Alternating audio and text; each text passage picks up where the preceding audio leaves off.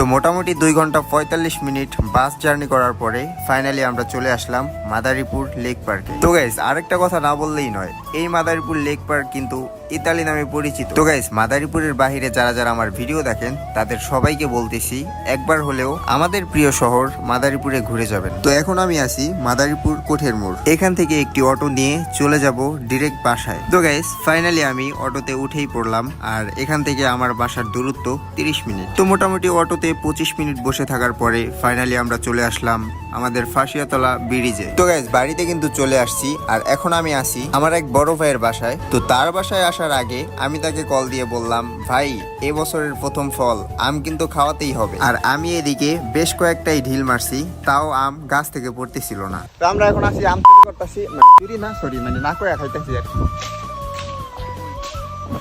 কি আনলেন এই বন্ধু লাঠিটা লয়ে তো দেখেন, এই যে আমরা এই দুইটা পারছি।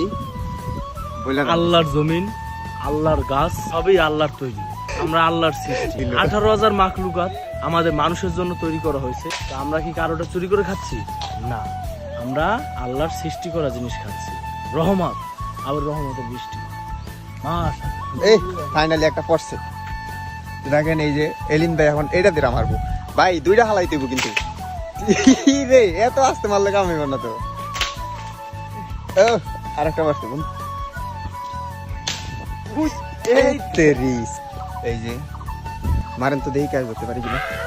ও একে ও কইছি না, সাবাস সাবাস, এবার ঠিক আছে।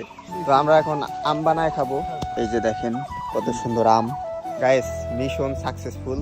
এই যে চুরি না মানে না বইলা খাইতেছি আর কি, এটা চুরি বলে না, আল্লাহ সৃষ্টি আমরা বুক করতে। গাইস এই হলো ভিউ পাওয়ার লাগে এগুলো করতেছে, মূলত হইলে এটা গাছ আমাদের কি আমাদের বাড়ি বেড়াইতে নিজেদের কাছে এটা ফায়দা। এই আশেপাশে কোনো বাড়ি আছে মিয়া? তো মোটামুটি ভালোই পরিশ্রম করার পরে ফাইনালি আমাদের আম পাড়া শেষ। এখন এইগুলা নিয়ে সুন্দরভাবে বানাইতে হবে। এখন বিষয় হইতেছে এত সুন্দরভাবে গাছ থেকে আমগুলা পারলো, পারার পরে এখন নাকি আমারই বানাইতে হবে। তো তারপরে আমি বললাম ঠিক আছে ভাই, আমি নিজেই না হয় বানাইলাম। তারপরে মনে মনে ভাবতেছিলাম এমন ঝাল দিব যাতে কেউ না খাইতে পারে, আমি তো অনেক ঝাল খাইতে পারি। তো যেই কথা সেই কাজ, বসে পড়লাম আম বানানোর জন্য। আর এদিক দিয়ে বড় ভাই আমার সুন্দরভাবে ভিডিও নিয়ে দিতেছিল। তো তারপরে আর কি ভাই আমাকে বিনোদন দিতেছিল, আর আমি সাথে সাথে কাজ করতেছিলাম, সুন্দরভাবে আম চলতেছিলাম। আম খাচ্ছি আর আম পাচ্ছি। তো গাইস ছাদে বসে আম কাটতে কাটতে হঠাৎ করেই বৃষ্টি শুরু হয়ে যায়। দ্যাটস ওয়াই আমরা ভাইয়ের বাসার ছাদ থেকে নেমে বাসার সামনের বারান্দায় চলে আসি। আর এদিকে দেখতেই পাচ্ছেন আমাদের সবকিছু কমপ্লিট, এখন শুধু মাখালেই হবে। তো গাইস আমি যেটা ভাইবা রাখছি ওইটাই কিন্তু করছি, মরিচ কিন্তু ভরপুর দিছি। এবার খাইতে না পারলে আমার তো কিছু করার নাই। আর ভাই আমার এদিক দিয়ে তেল দিয়ে দিতেছিল আমের স্বাদটা দ্বিগুণ করার জন্য। আর একটা বিষয় হচ্ছে, যারা যারা এই ভিডিওটা দেখতেছেন তাদের জিহ্বায় পানি কিন্তু চলে আসছে। তো পানি চলে আসলেও কিছু করার নাই, আপনারা তো আর খেতে পারবেন না। তবে যদি খেতে চান তাহলে চলে আসতে পারেন আমাদের এলাকায়। আর এদিক দিয়ে সবকিছু দেওয়া শেষ, আর আমি সুন্দরভাবে মাখাইতেছি, আর ভাই দেখি এদিকে তাকায় রইছে। তবে গাইস বলতেই হয় আমটা কিন্তু বেশ মজা হয়েছিল।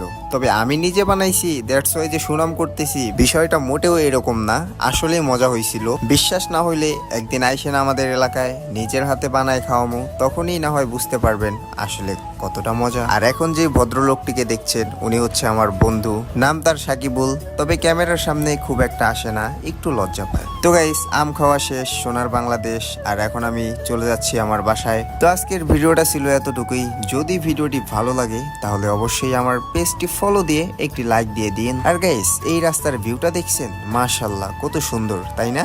এটা আমাদের এলাকায়। তো গাইস আজকে ছিল এতটুকুই, দেখা হচ্ছে পরের ভিডিওতে। সে পর্যন্ত সবাই ভালো থাকবেন, সুস্থ থাকবেন। টেক কেয়ার, আল্লাহ হাফেজ।